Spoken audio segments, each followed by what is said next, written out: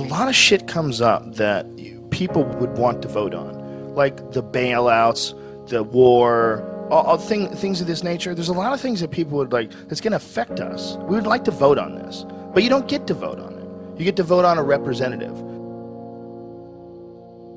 These people are going to represent you once they get into office. And think about some of the laws that are in place to protect corporations. Think about some of the laws that are in place that fuck people over every day. They wouldn't be there if people were voting for them.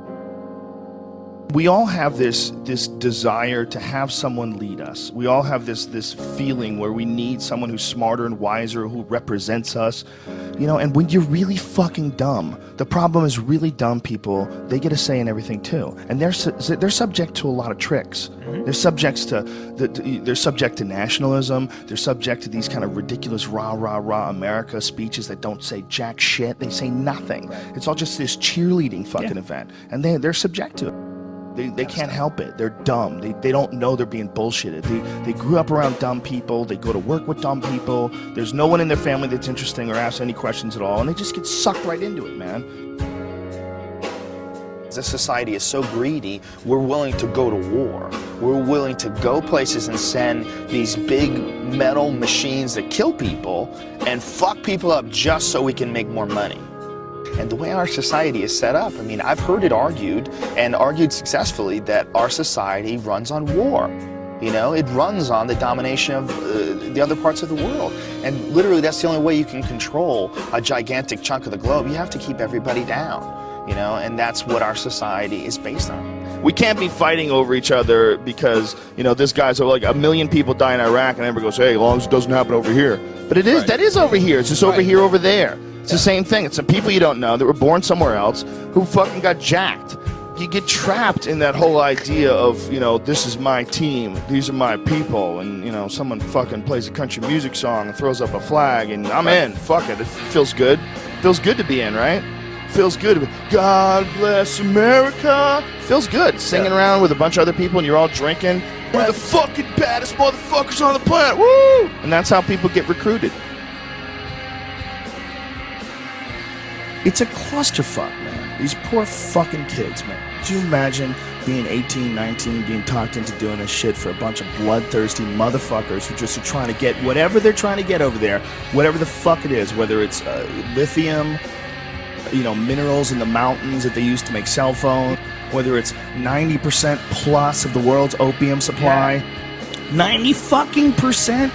That is a multi-billion-dollar business. And if you think these fucking industrialist cocksuckers that are running the world are going to leave that money behind, you're fucking crazy. Dude, they've got United States Army troops guarding Poppy Field. There's fucking so much heroin there. I mean, it's incredible. The fucking brother of the president of Afghanistan, his brother was selling heroin and getting paid by the CIA. I mean, god damn it. Heroin is absolutely addictive, okay? People who try heroin get hooked. Heroin is everywhere, okay? So you need to sell it. Someone's selling it. Who's selling it? I don't know, but 90% of it comes from this one place where we have to be to save our freedom. You can't criticize it, because if you criticize it, you're a shithead. You don't appreciate the troops and what they're doing for you, and that's not the case at all. I just don't like the idea of these fucking people leading us in any direction where you need to sacrifice your life. Well, I don't believe it. I don't believe them. When there's been so many fucking lies. I mean, the more you look it up, the more, I mean, you go into any of the stories on the weapons of mass destruction before we invaded and compare them to what we actually know that they really knew when they said that. It's like they did it on purpose. They wanted to get in there for whatever fucking reason. And if it's some crazy, the world is going to end if we don't stop this, but we can't tell you shit, like, I would love to believe you. I would love to believe that the reason why you're not telling us exactly what the fuck is going on is because you're really protecting us from some insanely evil thing that if we knew about it, society would collapse. But our strong, brave, powerful leaders are going to guide us without our knowledge. I would love to believe you. If you weren't all full of shit. We're going to have to step back and look at it all in a different way. And I don't think you're going to get that from just voting for president and dealing with all this nonsense that we have right now with the two-party system. We're spinning our wheels. We're not getting any traction. This is all nonsense. It's the same nonsense with Obama that we dealt with Bush. Special interest groups controlling what people say and do and what direction the country goes in and save us from the bad guys. Just shut the fuck up, man. It's the same nonsense.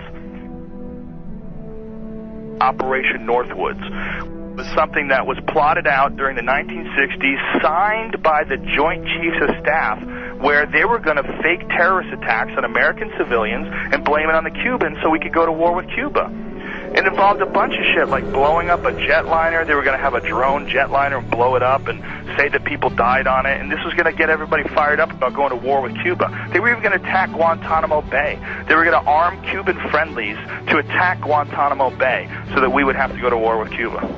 This is like our own government. They plotted this out. This is like real shit. I remember when I saw JFK, the Oliver Stone movie, and that was like part of the premise that JFK, that Oliver Stone was pushing in this film, is that they killed JFK because they wanted to stay in Vietnam because they were making a lot of money in Vietnam. And I remember at the time seeing that movie going, that is absolutely ridiculous. Who the fuck believes that? Are they going to start wars and keep wars going just so that they can make money, even though it's not a real war, it's not a just war? Nobody wants to go to war. That's stupid hippie bullshit.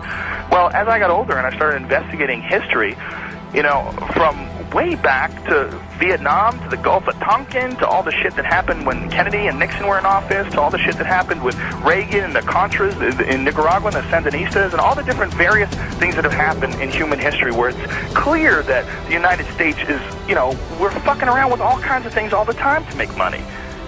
And that there's a bunch of people that are profiting off of war.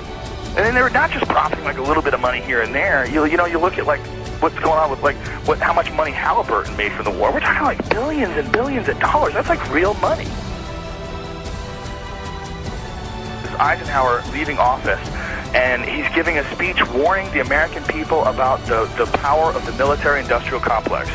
You know, when you watch that, you're like, well, here is a sitting president who's leaving office, but the most important thing that he wants to tell people is that you have to be careful because there's a machine here that wants to go to war.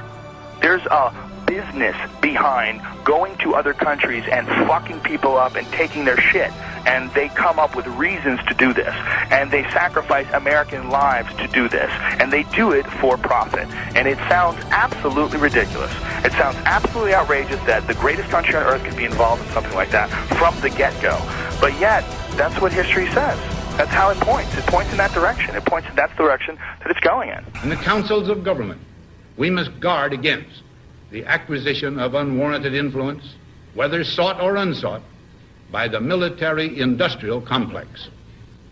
The potential for the disastrous rise of misplaced power exists and will persist. We must never let the weight of this combination endanger our liberties or democratic processes.